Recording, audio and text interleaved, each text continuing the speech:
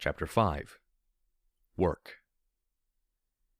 Step 1, stay alive. Step 2, I don't know. Step 3, profit. So, that's Hoofington. The hoof. Or the core if you were talking about the inner city where all the technological marvels were supposed to be. Glory had been filling us in all morning as we continued along the decayed road. But now, as it rose into an overpass, I had my first look at the city. And I didn't like it one bit. The core of Hoofington lay on an island surrounded by sluggishly flowing green fluids, swirling with noxious pink contaminants. With such limited space, the buildings within the core rose higher and higher until the tops disappeared into the cloud layer. Some buildings ended in broken-off spars, while others leaned precariously against their neighbors. Clouds of green clung to the black, crumbling spires, and if there were Pegasi in those clouds, well, good luck to them. The entire core was backlit by a perpetual green glow that pulsed and flickered like a heartbeat. I could barely make out the skeletal remains of a bridge several miles ahead of us beside a large oval structure. On the sides of the river were the boroughs, the suburban sprawls that had once held the populace.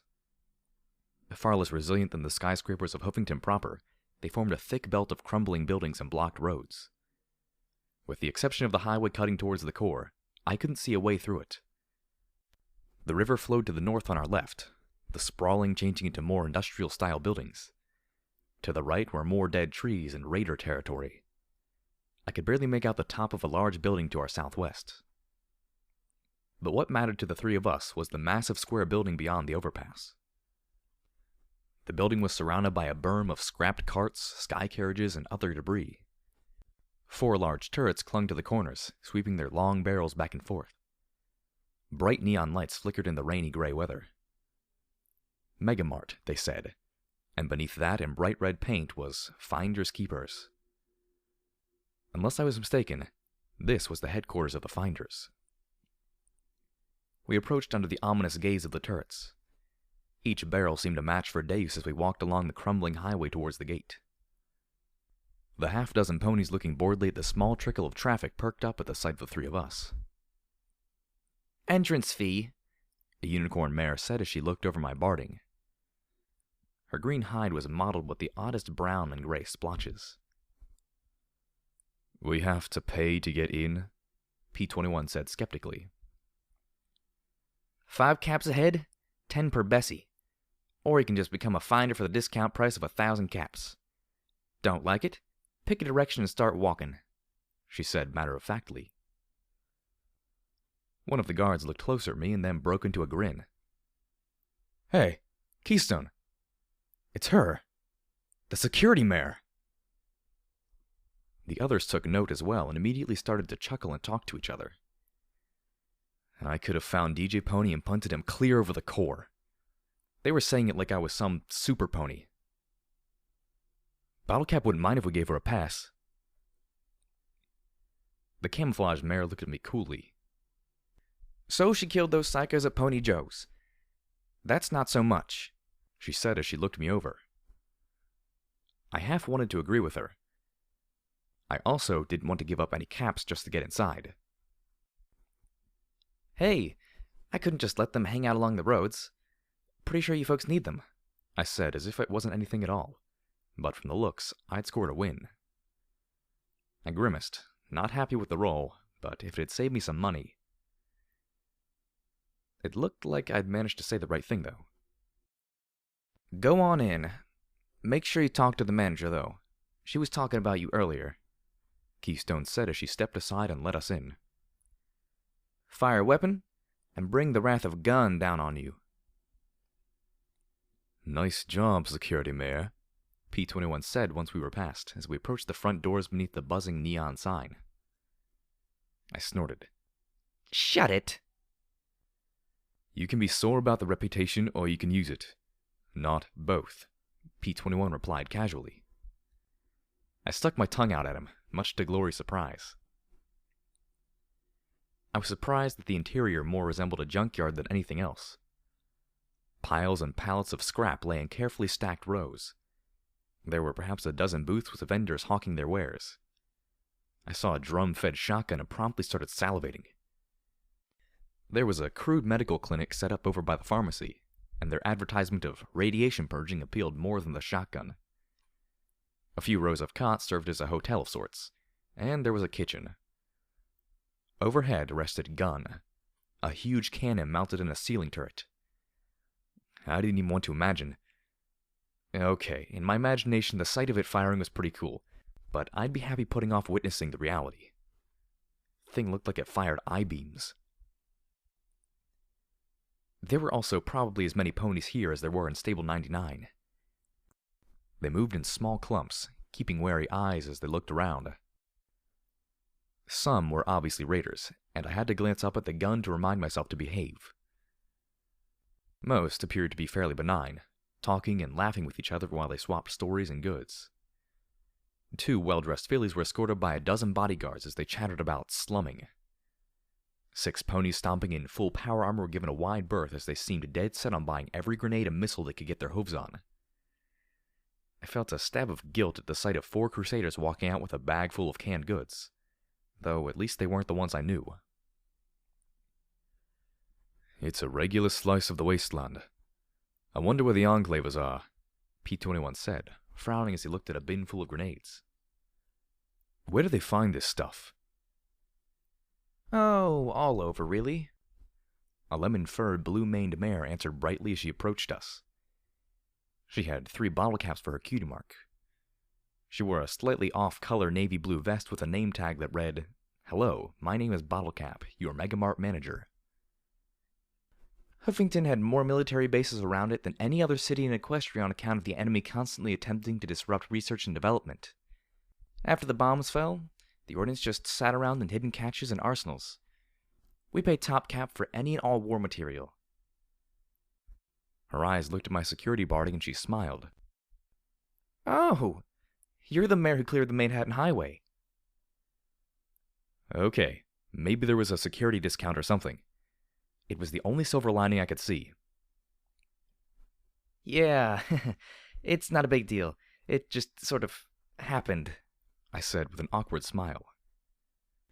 She gave me a very calculating look that made me shift awkwardly. I mean, they were just raiders. Any pony would have killed them. I'm afraid you're mistaken, she said as she looked at me with a cool little smile. Any pony would have given them wide berth while they tried to extort my caravans. You were the one that shut them down.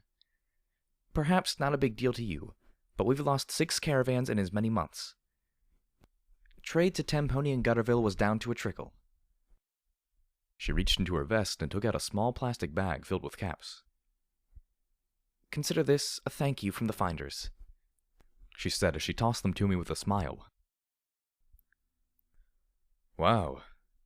Very generous of you, P-21 observed curiously. There was a clear look of suspicion on his face. Was I the only pony in our merry band that tried to look open? Well, it was a standing contract. I'm fairly sure you'll spend it here, so I'll recover some of it from the vendors. And if it outfits you, well, the more likely you'll bring in profitable goods in the future, Bottlecap said, looking back at him with an even look as her explanation mollified him. I glanced at my pit buck and saw the amount. 500 caps, not counting the miscellaneous junk we'd acquired. I glanced at P-21 and Glory, both of whom were looking around in surprise. I counted out 2 groups of 25 caps each and handed them to Glory and P-21. Why don't you 2 get something to eat and look around? Maybe you'll find some Enclave ponies, I suggested to Glory. No, we're not allowed here. This place is restricted, she said sullenly as she took the caps and turned to walk along the rows. P-21 gave me a curious look before he followed her. She's Enclave? Bottlecap asked with a frown. I nodded hesitantly, and she immediately scowled. Careful then. You may not realize it. She may not realize it. But she's trouble. I doubt she's very dangerous, I replied, and got a dry look in return. Okay, enclave a sore topic. I looked back at Bottlecap and gave her my surest smile. Sorry about P21's suspicion. He's dealing with a lot of pain right now. It's been a rough few days for us. Just a few days. Imagine that, she replied dryly, arching her brow in a way that suggested I hadn't seen anything yet. Yeah. Okay, try not to sound like a complete idiot. I was wondering if we could get some information. Information is a commodity like bullets and armor, she answered back. Simple questions are easy enough, but if you're looking for something specific, then it'll be pricey. I winced at that. I have a data file, EC1101. I need to find out what it is. Data analysis? Sweet goddesses, you know how to jump to the top of the price list, she said, looking slightly pleased at this fact. I showed her the file and she frowned at my pip-buck. Encrypted? I nodded and she closed her blue eyes, nodding her head back and forth a little before she concluded. 10,000 caps. She looked at me with an even, sober expression. That includes our processing fee. Had her expression been anything but professional and serious, I would have laughed. 10,000. If you want a safe and reliable job, yes.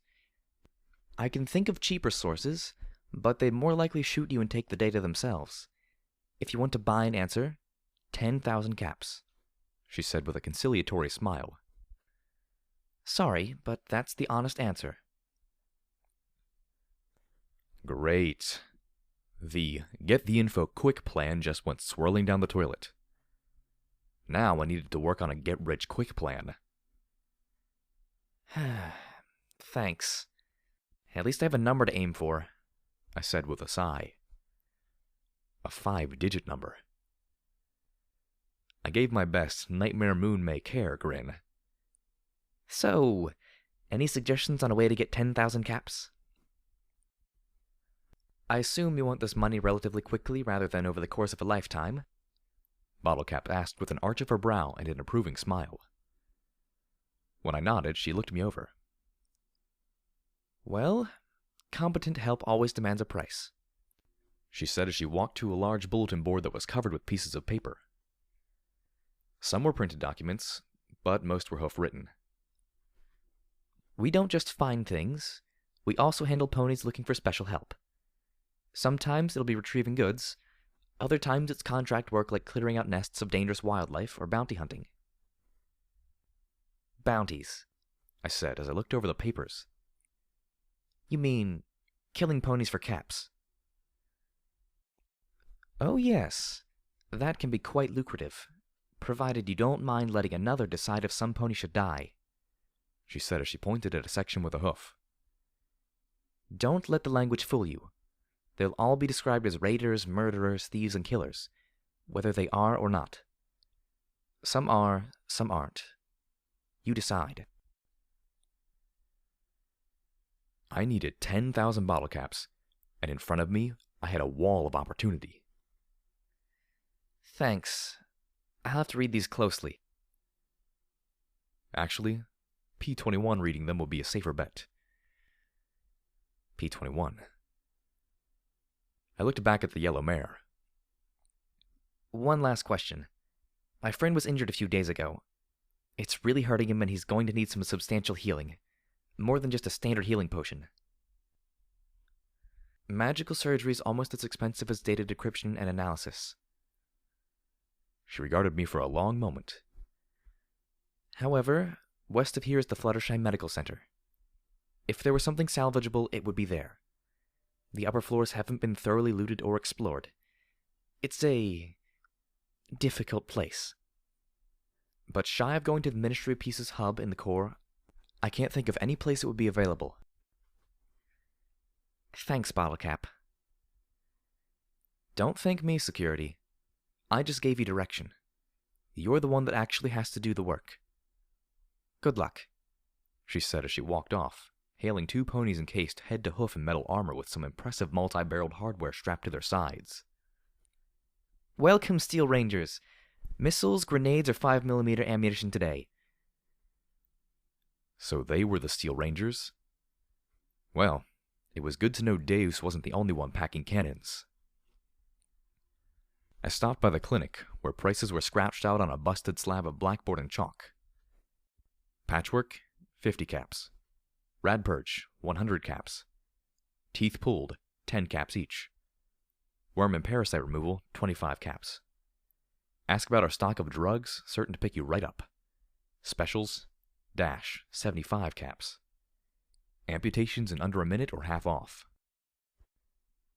The doctor, and I use the term lightly, was a scrawny old brown unicorn with a bone saw for a cue mark and wearing a white coat covered in old yellow stains. I opted for the patchwork and purge special for 125 caps. I unbelted my barding and let the blue and yellow padded armor be lifted off of me. Beneath it, my white hide was a robe map of bruises, yellow discolorations, angry red lines, and half-healed strips of medical bandages. My neck still ached from the shots in the school, and my cheek throbbed from Glory's welcome present. Bonesaw levitated a pair of spectacles onto his muzzle as he blinked at my injuries. Well now, some ponies been busy. Rad burns, beam burns, bullet holes. Lots of healing potion fixes. He shaded my eyes with his hoof and gave a grim nod. Interesting. I've seen eyes like that before. Really? Maybe he could fix them. Yep. See 'em all the time on ghouls. He said with a grim chuckle. Looks like security doesn't come easy. That's not my name, I said as my ears folded. I don't know why DJ Pony called me that, but it's nonsense. He looked at me coolly. Girl, I've been in the wasteland a while now and outlived my children and grandchildren. If there's one thing more precious than clean water and bullets, it's the feeling that tomorrow you're less likely to die than today. Those raiders might be replaced by some other band, but yesterday we nearly had a party when we'd heard we could send Caravan safely to Manhattan again. That might be nonsense to you, but it means the world to us. I didn't know if I should feel encouraged, annoyed, or embarrassed, so I settled with shutting up and letting him get to work. P21 and Glory stopped by, the former sipping water through a straw as the latter enjoyed a sparkle cola. Both of them seemed a bit taken aback at the sight of me in my hide. Not that I was too embarrassed about that. Clothing in 99 was a matter of duty, and I'd been fine trotting around off-duty with my mark just hanging out. Bonesaw gave me a cup of some chalky gloop as he went to work with his magic. I had to admit, as scraggly as he was, Bonesaw knew his trade. By the time he finished, I felt like I'd just received a treatment at 99's medical center. 10,000 caps! Glory gaped at the pair of us once my treatment was finished. The doc had given me something called Buck, and I had to admit I felt more energized than ever. Glory frowned. Is that a lot? That Sparkle Cola was 10 caps, so it's the equivalent of 1,000 colas, P21 said calmly. Glory winced. Yeah, I guess that is a lot. Then she thought for a moment. Well, there might be a cheaper option. I'm pretty sure that if we got to a skyport, the Enclave might be able to crack the encryption for free. I'm sure they'd be happy to in exchange for returning me. She frowned, rubbing her mane as she rolled her eyes a little. I'm just a little unsure how to get to a skyport from here, though. I think it's east-ish. That's a possibility. Maybe once I knew more about the Enclave than just 2 opinions. Morning Glory, I knew, would have happily helped. When I thought about Broly's last broadcast, the clouds, and what happened to the Volunteer Corps, I had doubts about the rest of the Enclave. Then I remembered something. Glory, who is Rainbow Dash? Her eyes went round with shock, lips pressed close together as if trying to keep from blurting something out. Finally, she stammered. Rainbow Dash? She's, oh my. Clearly, this wasn't a topic she expected to discuss. Well, she was the greatest heroine of the Pegasi during the war, but, well... She looked at me sadly. When the bombs fell, she wanted us to go down to the surface and help. P-21 looked at her in confusion. So, what's wrong with that? Isn't that why you're here? She shook her head firmly. I want to help now, but she demanded the Pegasi fly down and help despite the magical radiation of hundreds of balefire bombs poisoning the atmosphere. Tens of thousands of Pegasi would have died, or more. We'd already lost Cloudsdale, so the Pegasi Council refused. She left, and probably died of radiation poisoning, she said quietly, looking at her hooves. Some ponies really respect her for that, but... I'm guessing you don't, I asked with a little smile. She sighed with a little frown, shaking her head. If she'd stayed and listened to the council, she could have shaped things for the better. The Enclave was established to protect the Pegasus people, and they do, but... She glanced around the Megamart. Well, maybe if Rainbow Dash hadn't left, then the Enclave would have started helping the surface sooner. Instead, she left, and it took 200 years of petitions and peaceful demonstrations for the Volunteer Corps to do what she'd wanted us to do right after the bombs blew. She finished drinking her sparkle cola. I had to admit, my mane was itching in curiosity. So, what's life in the clouds like? Again, clearly not a question she expected. It's different. That's all I can say, really, she said softly. We're not supposed to discuss Thunderhead. It's all classified. Huh, go figure. Secrets for her, suspicion from him. I could tell we had a long way to go with this whole making friends thing. P-21 still wasn't even willing to carry a gun. He still saw me as embodying all the fucked up shit he'd endured in Stable 99. Time for a topic change. So P-21, have you seen their little bulletin board? I'm pretty sure that if we can knock out some of those jobs, sell any salvage we don't need, and get lucky, then we might be able to get that 10,000 caps pretty quick. Quick, hopefully meaning that we wouldn't need months of searching. I really doubted we could evade Deus that long, particularly if that stupid DJ was giving my position away every other broadcast. I pulled out a couple of the slips of paper and slid them to him. I was hoping you could help me pick. Right. Get rich quick. That's a plan that always works out, he replied sardonically, but took the papers. Okay. Kill so-and-so. No. No. He looked at one oddly, arching a brow. Okay. Kill and defile. No. Defile and kill. Oh, what is wrong with these ponies? He then frowned as he smoothed out a rumpled note written on the back of a lottery ticket. Huh. This might be okay. Some mayor wants us to collect rad scorpion venom glands. Oh, to make antitoxins? Glory asked curiously.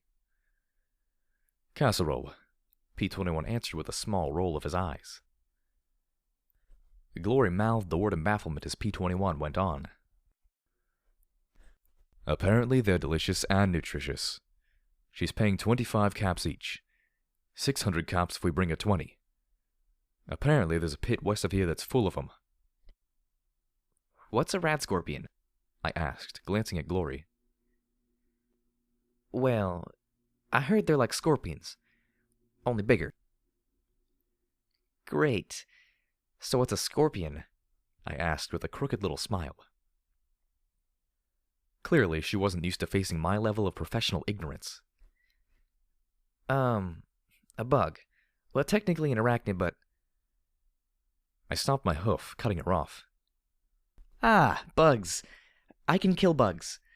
Bring on the caps. No moral ambiguity there. What else you got? He sifted through more. Murder, murder, not enough caps, murder, murder. Wait. Salvage. He lifted the yellowed printout. Iron Shod Firearms R&D Center. The poster wants us to get some components from their mainframe. A bonus, we can extract any blueprints while still in the system. Great. So we get to the mainframe, rip out the blueprints, and yank any spare parts. And then we get rich. I declared, getting winces from both of them. What? P-21 looked at Glory. Can you remove the parts? Well, I mean, I know the basics. Maybe? Glory said with a sheepish smile as she tapped her hoofs together. Probably better than just yanking them out. That would be 1,000 caps plus 200 per blueprint, P-21 said calmly as he finished looking through some more. Huh. This one is a recent one. Time sensitive. 2,000 caps to remove squatters at the Fluttershy Medical Center. My ears immediately perked. Remove? As in, kill and mutilate? Glory looked at me with some concern. What? You heard these contracts. The mutilation's always implied. It just says remove. It doesn't say their rate is like all the rest, so it might be legit. Well, we should give it a shot then. After that, we can poke around. We might find something valuable. I tried to keep my voice as calm as possible, but P-21 still looked suspicious. Okay, he usually looked suspicious. Honestly, what was the deal? You round up a guy for summary execution and they never trust you again? Well, if we found something to help his bum leg, maybe then he'd start thinking of me as a friend rather than stable reminder. Okay, so we stomp some bugs, yank out some wires, and roust some squatters. How hard could that be? I said with a grin at the other two. P-21 covered his face with his hoof while Glory clearly seemed to have some doubts. What? Oh, she just had to say it, P-21 muttered. I just had to say it, I shouted over the chittering, snapping horde that was advancing at me. The drum-fed combat shotgun I picked up for 100 caps roared over and over again as I retreated around the gravel pit, a half dozen of the rad scorpions clawing at me with their pincers and stabbing at me with their venom-tipped stingers. I couldn't miss at this range, but I also wasn't having the best of luck piercing their hides. Sats had finally failed me too. The targeting and time manipulation spell might have slowed things down, but they didn't stop time. By the time it finished, 2 rad scorpions were dead, but the remainder had put new holes in my forelegs with their razor-sharp pincers. I was going to have to visit Bonesaw again when this was all done. Fortunately, their barbed tails hadn't penetrated my barding yet. The gravel pit was filled with rusted machinery that made Morning Glory's job infinitely harder. She had to swoop under and around the girders, busted conveyors, and decaying equipment to try and follow me as I blasted ammo like crazy. She proved much more adept with the beam pistol fighting insects than ponies. I had no clue how she could aim the boxy contraption clenched in her teeth, but the soft crack of each shot mixed well with the throaty boom of my shotgun. "This is getting out of hoof," P-21 called from the lip of the pit, watching through a pair of binoculars. While I really wanted him to get a gun and join in the fight, I was glad for any help right now. "There are more coming out of that cave, Blackjack," he yelled as he gestured to the far wall of the gravel pit. "Glory!"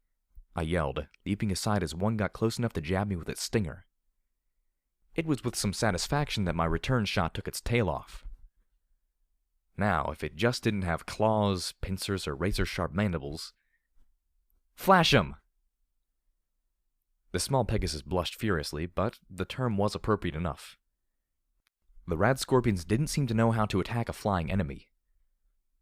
Meanwhile, her beam pistol rained down more shots to keep them off the ground than a much more munchable pony. The flashing shots kept them disorganized, and I took some satisfaction when her shots killed one of the smaller varieties. I tripped over some rusty equipment and flailed as I struggled to stay on my hooves.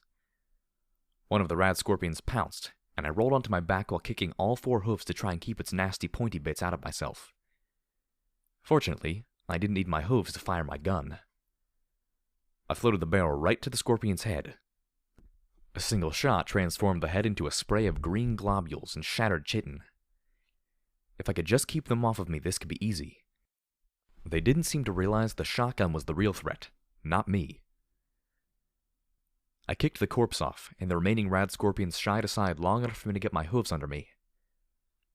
I turned and ran, feeling nicks to my flanks as I took a healing potion, telekinetically unloaded the spent drum, and levitated a fresh one from my pack. Smacking it in place, feeling the magic take away some pain from my injuries, I turned once more and laid down a rain of buckshot that eroded the tenacious arachnids. Finally, the last one dropped, and I was able to go help Glory. I was quite glad she managed to keep them off me as I ran in towards the confused milling mass. They were already worn down by the time I got there, too. Half a dozen shots finished the rest of the chittering vermin. Okay, that wasn't so bad, I said with a laugh as Glory landed beside me. That was terrible, she countered. I decided not to tell her what I'd seen inside Pony Joe's. I'd take fighting bugs over smelling that any day. Why'd the ground just move? Look out! I screamed, seeing flashbacks of ghouls exploding from heaps of bones as I knocked Glory aside. From the middle of the pit heaved the largest rad scorpion I'd ever seen. It was as large as 3 ponies combined. The pincers were large enough to snip my limbs and head like a daisy. Well, pictures of daisies. I always thought they were flimsy-looking flowers. But why was I thinking of flowers right now? Its tail struck with such force that I could imagine it going right through me. Run away! We didn't have anything that could harm something like this. The problem was, for me at least, that the only way out was behind the giant rad scorpion. Worse, the thing was fast. I'd expected something so big to move ponderously, but it skittered after us with tenacity and swiftness. The only thing we had going for us was its size and the wreckage in the base of the gravel pit. A few shots revealed that I was right, that the shotgun and beam pistol did nothing to it. Still, I had 1 ace in my pocket. I fished out the grenade with the blue band. Eat this! I shouted as I telekinetically shot it right at the beast's maw. Eating was this thing's forte, and I pulled the stem right before it disappeared into the rad scorpion's mouth. 5 seconds. 10. Why was Glory looking at me like that? What? That was a shot grenade, she yelled as the giant rad scorpion scurried around towards us.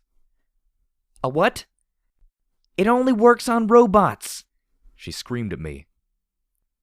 Who makes a bomb that only works on robots? I screamed back at her. That's the stupidest thing I've ever... Look out! I yelled as its tail shot out through the wreckage and nearly took Glory's head off. I kept looking for some opportunity to get past it and run out of the gravel pit, but it kept moving left and right.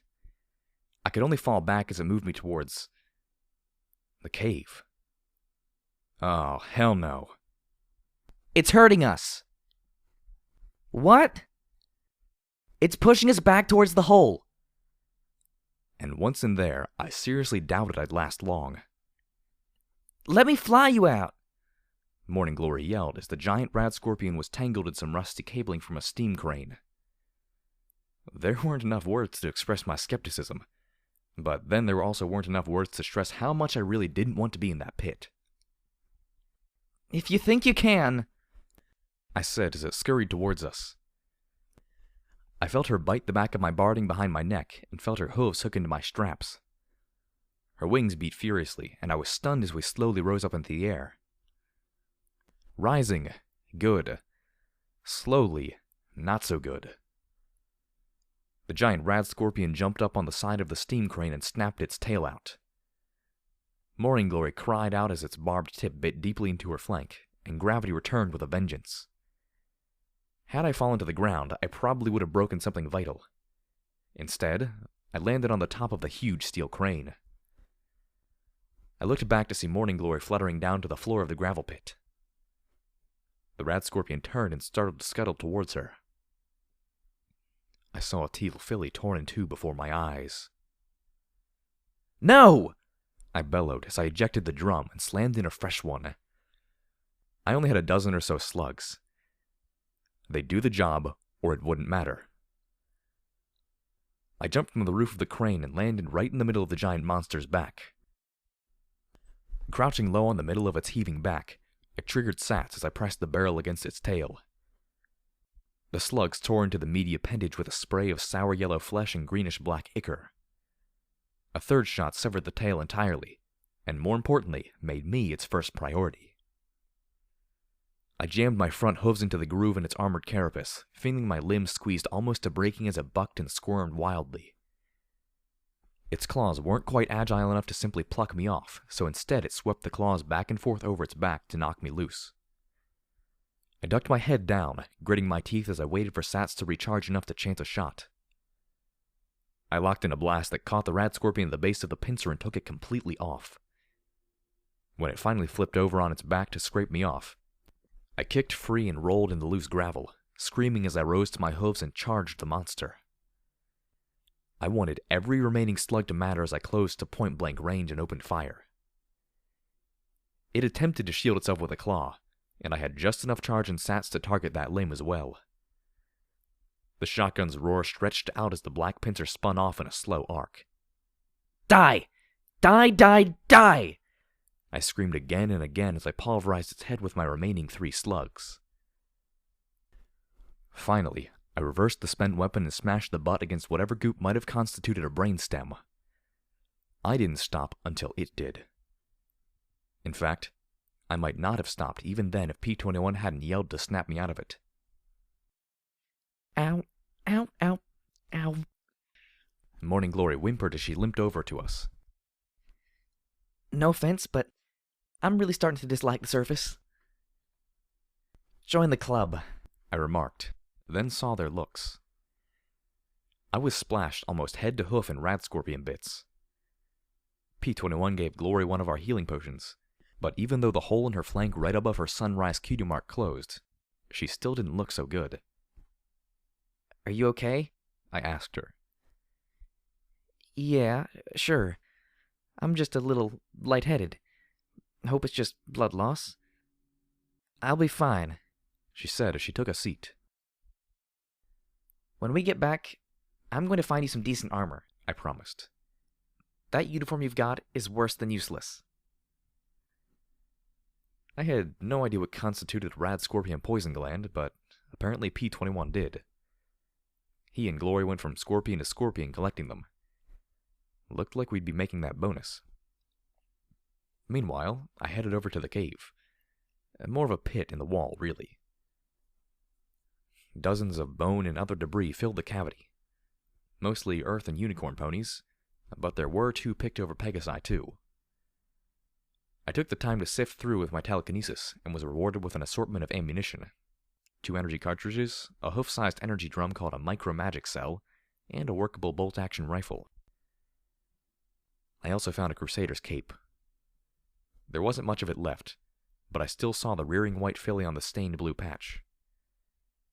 Carefully, I tore it from the scrap. Part of me wanted to wear it. Even though my mother was still alive, I doubted I would ever see her again. But then I thought about Scoodle and Boing. I thought about asking P-21, but I couldn't keep using him as my ethical barometer. I owed the Crusaders. Carefully, I took the patch and slipped it into my pocket. Blackjack! I was really starting to hate people shouting my name. I ran back out and saw P-21 kneeling over the prone gray Pegasus. Damn it, she wasn't fine. She's poisoned, isn't she? I demanded as I ran to them. I wanted to hug her and kick her. Sorry. she said weakly. I said I hoped it was just blood loss. I hissed softly through my teeth. I couldn't shoot, kick, or beat poison out of her. What can we do? Because we had to be able to do something. If I just had to sit here and watch her die, then I would completely lose it. I could synthesize an antidote, one poison gland, one healing potion, but I'd need lab equipment. Morning Glory said softly, her breathing labored. I looked up to the west at the large brown building that my pitbuck identified as the destination for the next job. P-21. R&D means research in something, right? Development, yeah, he said as he followed my look. Let's go, I said as I loaded a fresh drum into my shotgun. Morning Glory needed a lab, and I would find one. We weren't going to lose another pony on my watch.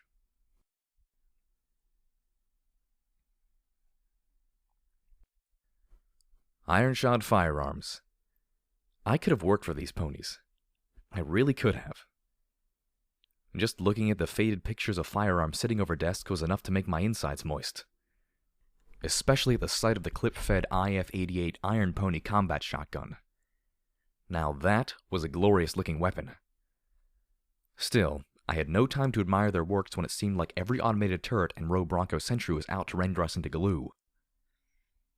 Oh, do I want that gun! I shouted, my buckshot peppering the head of a sentry pony as I advanced on a grand, unofficial tour of the premises. I want a lab first, but after that I want an IF-88 Iron Pony. Can I have one? I'm sure you do, P-21 said as he carried Morning Glory on his back, watching as my second shot destroyed the sentry. Ask your mother. She'd never let me have one. It was crazy. I was crazy. Every second I had to keep moving or I'd look at Morning Glory. I had to joke, because if I thought about Morning Glory... Without waiting for Sats to recharge, I hopped right over the blasted sentry and into the next room. A sweep with my gun and a check with my EFS, and I was moving on to the next hallway. Jumping through the next door, I heard an ominous beep under hoof. I glanced down just in time to hit the override button on the mine with my magic. That sent prickles up and down my spine. I'd help no pony if I got us blown up. Levitating the mine into my gear, I moved through the hallway with more care, finding 2 more mines hidden under debris. The 2 were so close together I detonated them with a shot just to move faster. Passing bathrooms, I moved into a large production area. Greetings, zebra scum. Time to get whacked. A metallic voice cheered with gusto as a multi-limbed hovering robot lowered down and sprayed fire across the doorway. Wipe this!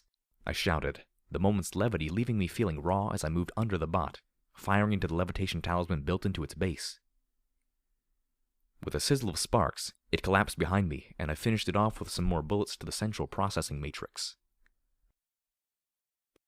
The labs might be on the 2nd floor, P-21 suggested as he looked up the stairs with their narrow catwalks.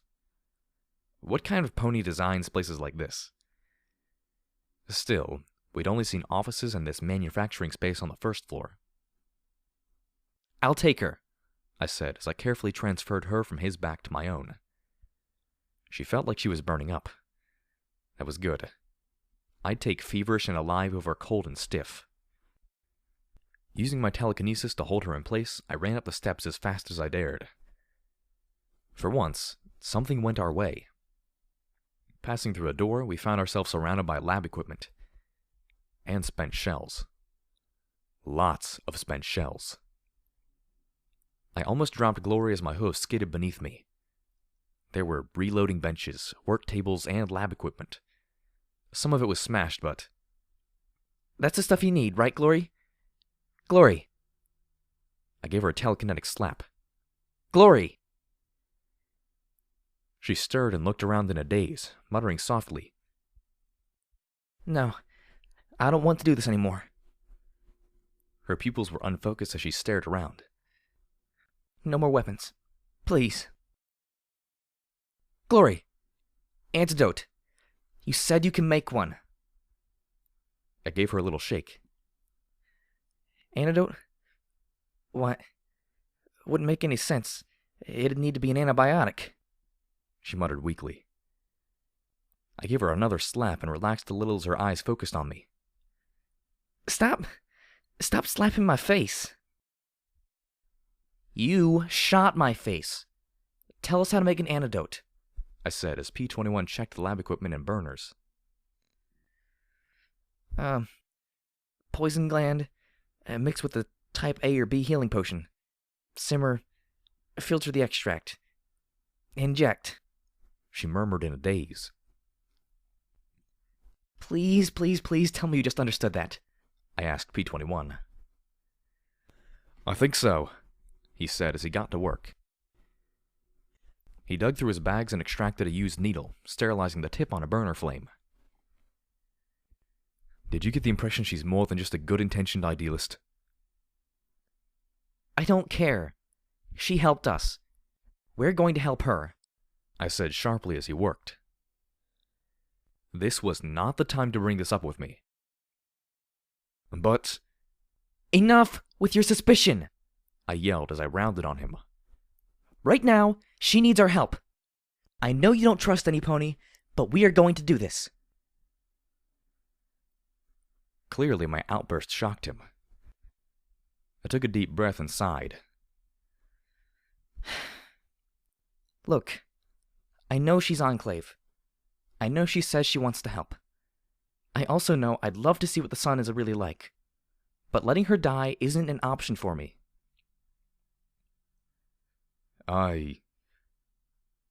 He looked over at her and then sighed.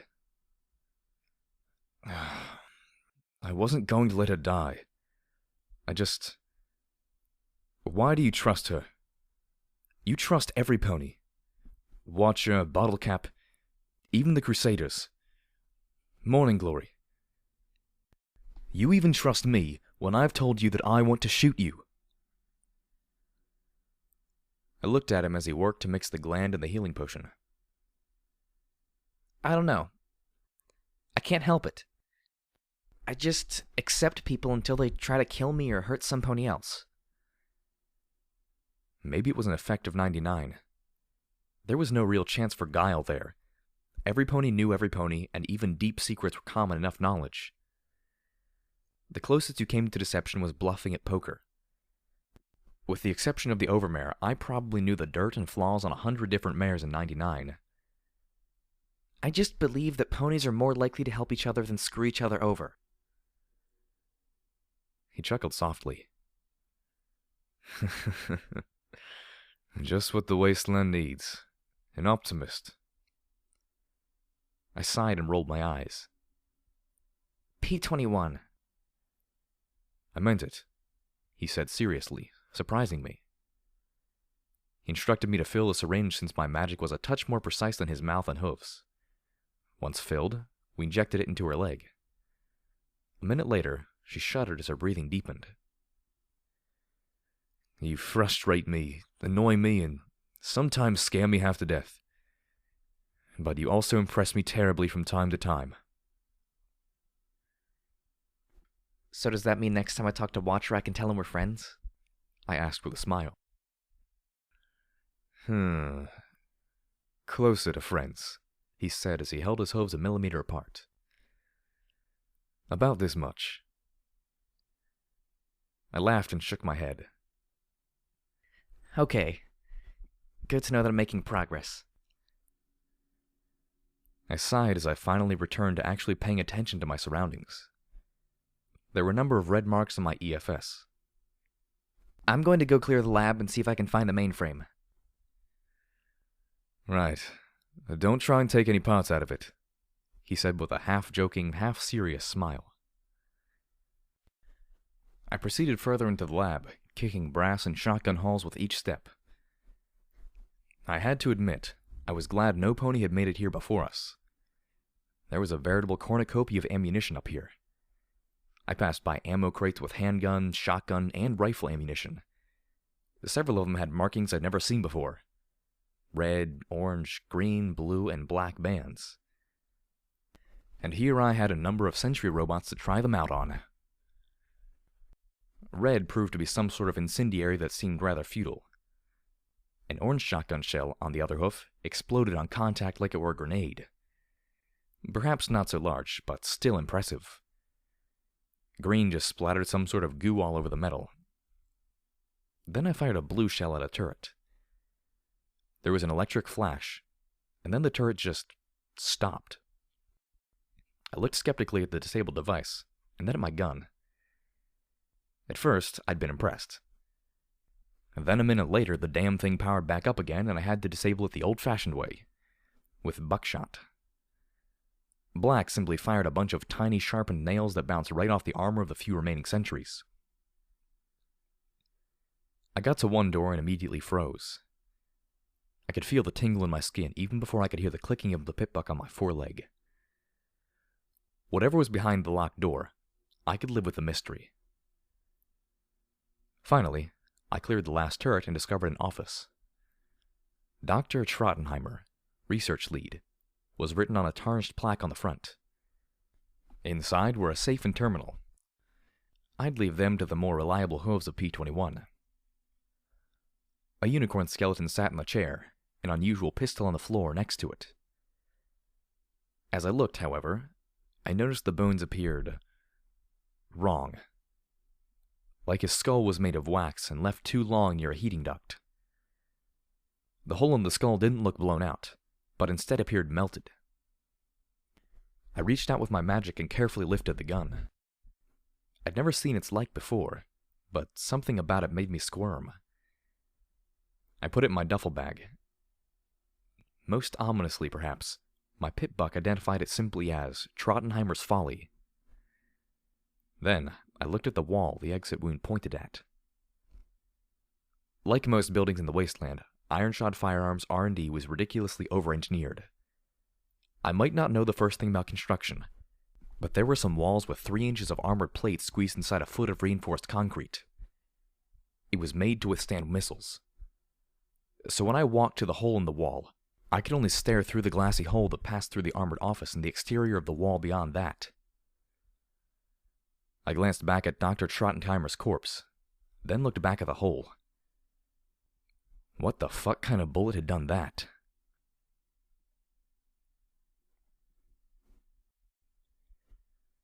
It was an hour later when I swapped shifts with P-21 so he could work his lock-picking magic. He passed me a ratty old magazine with half the pages falling out.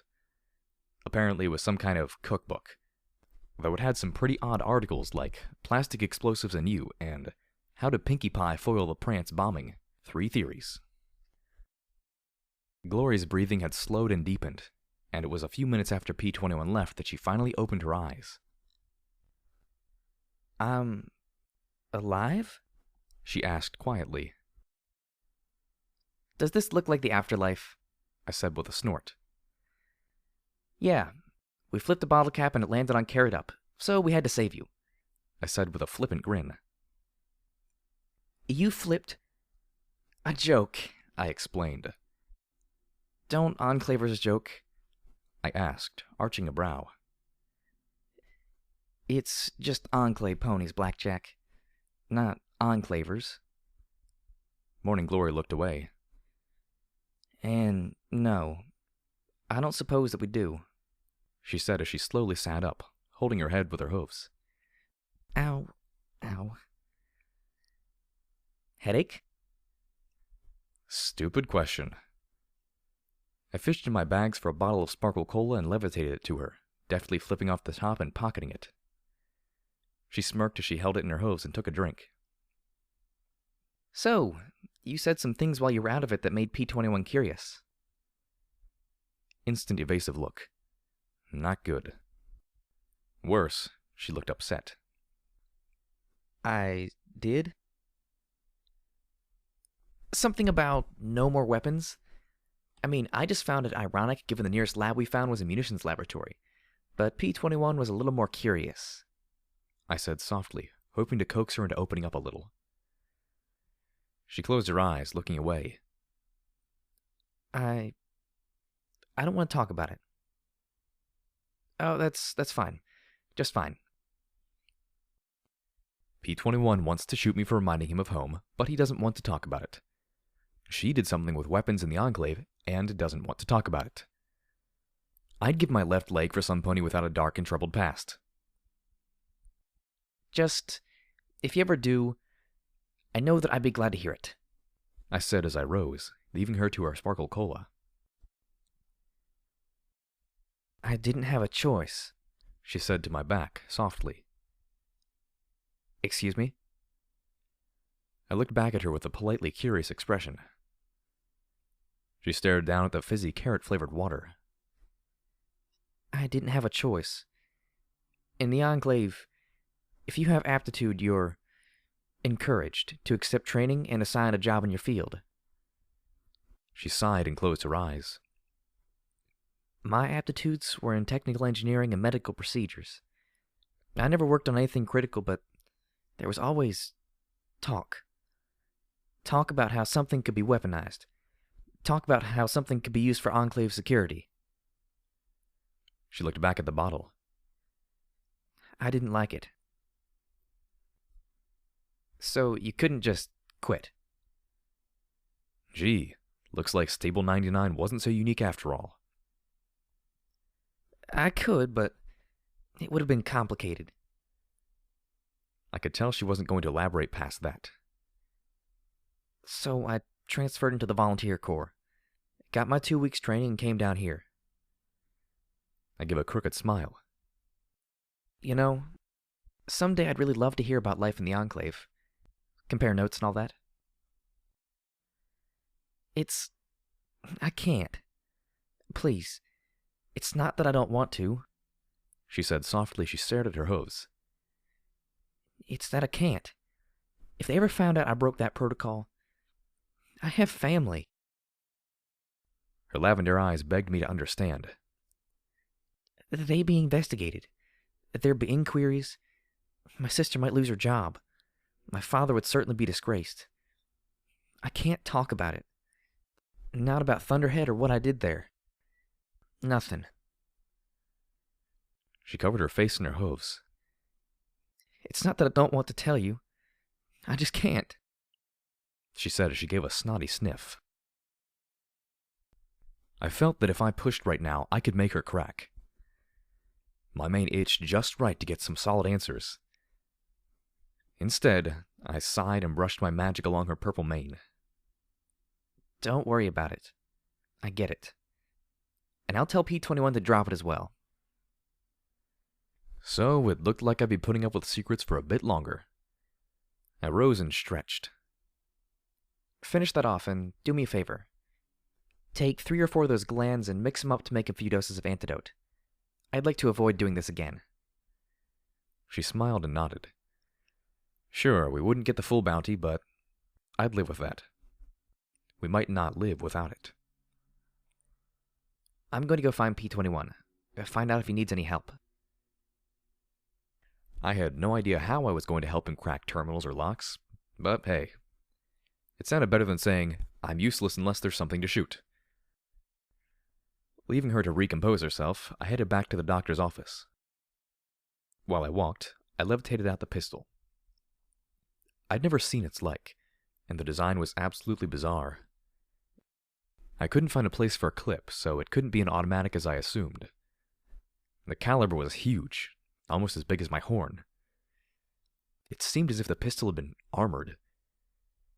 It loaded from a breech like a break-action shotgun, but clearly it had been engineered for precision. Well, worst came to worst, I could hit some pony with it. It had a value of more than 2,000 caps, but I couldn't imagine it would fetch that price if I didn't find any bullets for it. So, any luck? I asked as I sat on the desk, crossing my rear hooves as I perched upright, getting a distinctly odd look from P-21. I noticed a little plaque on the desk. I have become Death, Destroyer of Worlds. Creepy. I'm on attempt 61, he replied with a soft sigh, returning his gaze to the terminal. After a moment, he suddenly brightened a bit. And apparently 62 is the charm. There was a click, and a safe in the corner opened up. There's some journal entries in there. Want to read them while I see what we have? Oh, I probably shouldn't. It'll just depress me, I said. But did I mention I hate being bored? I really couldn't help myself as I rocked forward onto my hooves and trotted around the desk to read the journal entries off the terminal. Entry 1. I'm writing these entries in the event that I am detained or have my memory modified by the MOM. My move from Horizon Labs to Ironshod Firearms is jarring, to say the least, but vital to my safety. GB is doing everything he can to protect myself and SS from the Director. I fear it may not be enough. B was quite thankful to get an intellect such as mine on his R&D staff, but I've noticed considerable resentment of my addition from the old team. That doesn't matter. Though the new work may be far below my abilities, it is at least enough to provide for myself and my family. And considering the current circumstances, it is probably better for me to keep my genius to myself for a while anyway. Entry 2. TB came by trying to convince me to work with the new director. Odious mule. He has no loyalties to any pony but himself. I can't imagine why she married him. It's clear that he feels quite superior for his betrayal. He kept going on about the winning side. PP sent more MOM goons to search my files, but they did not find these records. I hope I will be safe, if only for the moment. GB is fighting for us all. Entry 3. GB came to me last night. I've no idea how he bypasses security. I've never seen him so disturbed. For once, GB appeared quite at a loss, and he was truly desperate for my expertise. After PH and PS, haven't I done enough? No.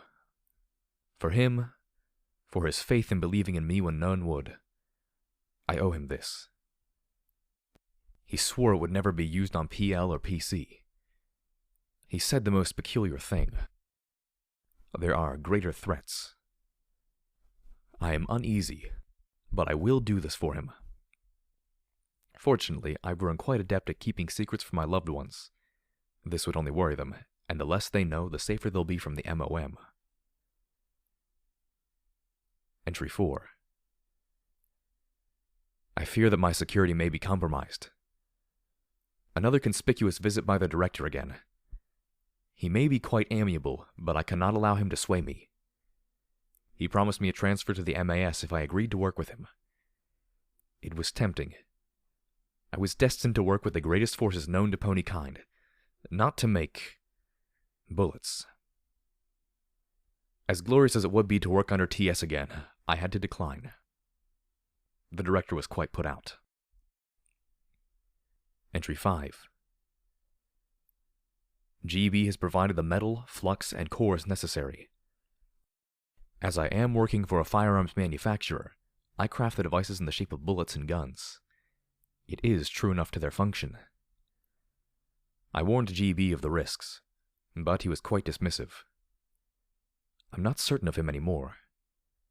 Is his agitation paranoia or legitimate alarm? Am I crafting another dragon killer bullet like the ones that slew BM?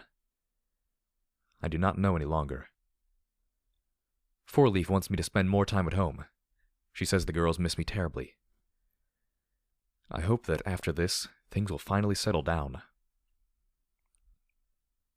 Entry 6. We are undone. GB has been arrested. My lab was raided by MOM officials. I don't think I've ever seen PP so happy. She questioned me personally. I told her precisely what I had done. It was not my fault that she lacked the intellect to understand me. I foiled her interrogation spells and sent her mind-digging lackeys on a tour to the Trottingham countryside. They've seized all my work, but they missed bullet number 9 still in the fabricator. I was quite pleased to watch them gape at my art like stupid mules. Still, I'm feeling quite ill from the flux. I should go home, but there's still so much to do. even with GB gone. There are others he trusted, and I know how important he thought this was, even if I don't know why. Entry 7. There's something going on in the city. I thought it was just another attack when the sirens went off, but this was something different. Something far more substantial. For a moment, I heard the most horrible scream. After that, the entire building went into security lockdown.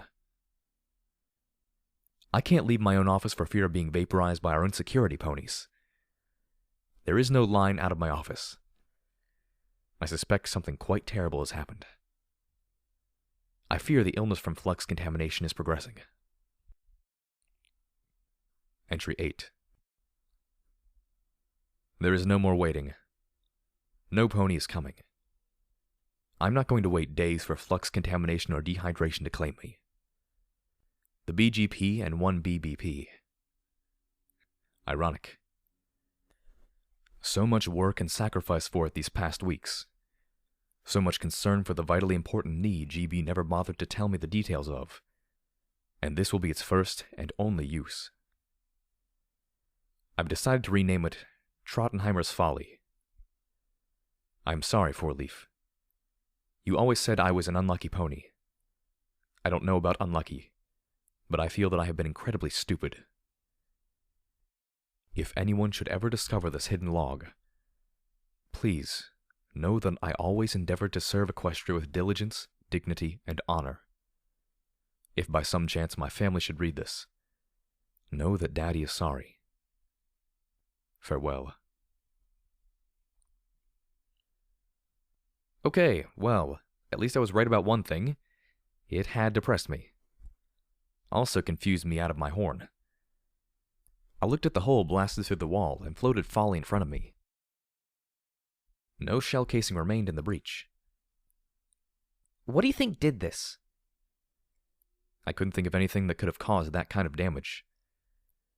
With bullets that ignited, exploded, shocked, perforated, or poisoned, what did you need that could do more than that? No idea, P21 said as he put the gold coins in my duffel bag. There were tons of finance reports and other papers in the safe, as well as a strange black case. It was a little longer than my hoof, but skinny. As I touched it, there was a soft pop and it opened. He immediately looked a little agitated. Wait, how'd you open that? I didn't see a lock, a seam, or anything. I furrowed my brows as I smiled at him. P21. I shoot things. You're asking the wrong pony, I said as I flipped open the lid and looked down in an empty interior. Well, that's anticlimactic, I muttered as I looked at the orange velvet-lined space, showing it to him. He looked equally baffled. After carefully going through the lab and the downstairs offices, I found myself sitting on more ammunition than I'd encountered yet. I even had a sizable collection of the specialty rounds, but nothing marked BBP. Despite my reservations, P21 opened the locked door and discovered a room filled with dozens of containers. One labeled Biomagical Flux Number 13 had broken open and oozed strange rainbow-colored fluid that glowed softly. My pit buck clicked ominously, and I closed the door once again. If there was anything valuable in there, some other, more radiation-proof pony could benefit. We found the Ironshod Firearms mainframe in the basement. Of course, all I really did was sit there while P21 entered the doctor's password and downloaded the contents into my pit buck. The EC1101 could have some company. I looked at the musty poster that read, Ironshod Firearms. How do you like them apples? And chuckled at the joke. Then, with nothing in particular to do, my mind wandered back to the journal entries from Trottenheimer's terminal. Just what had been going on in this place before the bombs fell? Hey, Glory. Who was running this place during the war? Well, probably the Ministry of Wartime Technology, ultimately. I looked at her blankly, and she back with unease. The Ministry of Wartime Technology. One of the 6 ministries that ran all of Equestria. I smiled and cocked my head to the side. Didn't they have a school in your stable? She blurted. Does Blackjack strike you as very studious? P-21 asked with a thin smile. Glory sighed.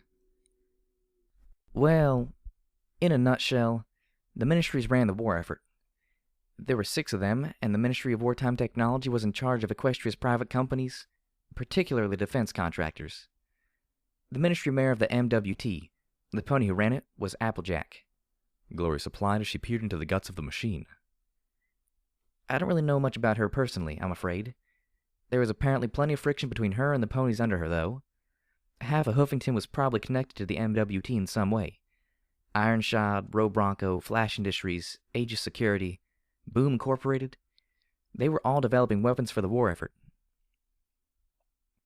All in Hoofington? I asked as I found a desk and sat my haunches on it, facing her and earning an amusingly baffled look. Hoofington was the war research effort. I understand it used to be a college town, but when the war picked up, the old town was leveled in a surprise zebra raid early on. The survivors swore to rebuild, and they did it with a vengeance. Hoofington existed to invent things to kill zebras, and they were very good at it. Carefully, she deactivated the power and started to remove some internal components with care. Hoofington was a strange city, though. All the ministries were involved here, even the Ministry of Awesome, since Hoofington housed the Shadow Bolts. Still, according to the official records, Hoofington was almost like a country in and onto itself. Lots of secrets. Manhattan might have been bigger, Canterlot was the capital, Philadelphia the industrial nexus, but Hoofington was the city of the future. Small wonder the zebras never wasted a chance to attack it. No other city in Equestria was targeted more.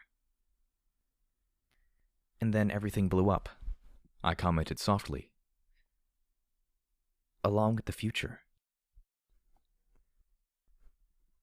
Footnote. Level up. New perk. Shotgun Surgeon. When using shotguns, regardless of the type of ammunition used, you ignore an additional 10 points of the target's damage threshold.